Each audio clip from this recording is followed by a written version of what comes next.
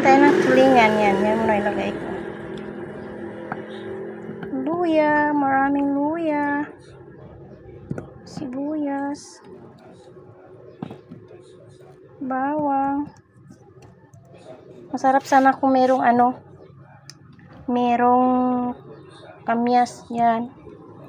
Yan ako magsaing ng tulingan, guys. Yan. Hirap pag video na nag-iisa lang. Yan. Ganyan na naman. Namiss ko to eh. Nakakain ako nito doon sa Indang Cavite. Mahilig silang magsaing ng isda. Ganun na pagtulingan. Ganyan. Hiwa sa gitna.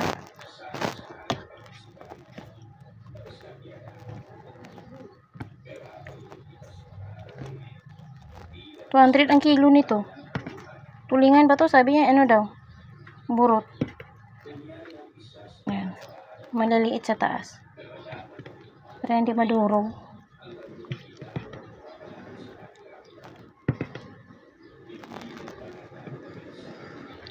Yan lang, guys. Masarap sana may iba. Lagay natin itong natira.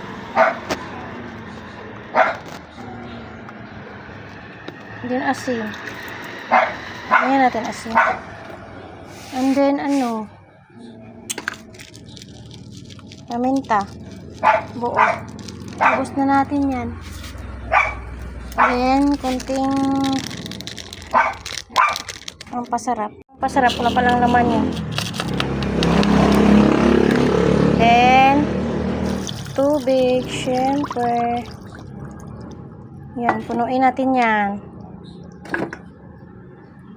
Puno natin. Then, isa lang na natin sa apoy ng mga 1 oras. Salang na ako ng tubig yan. Pinuno ko ulit. Ayan, tuyo na. Luto na yan siya. Pwede din mamaya, lutuin ko siya ulit. Para yung lasa niya ba, para siyang sardinas.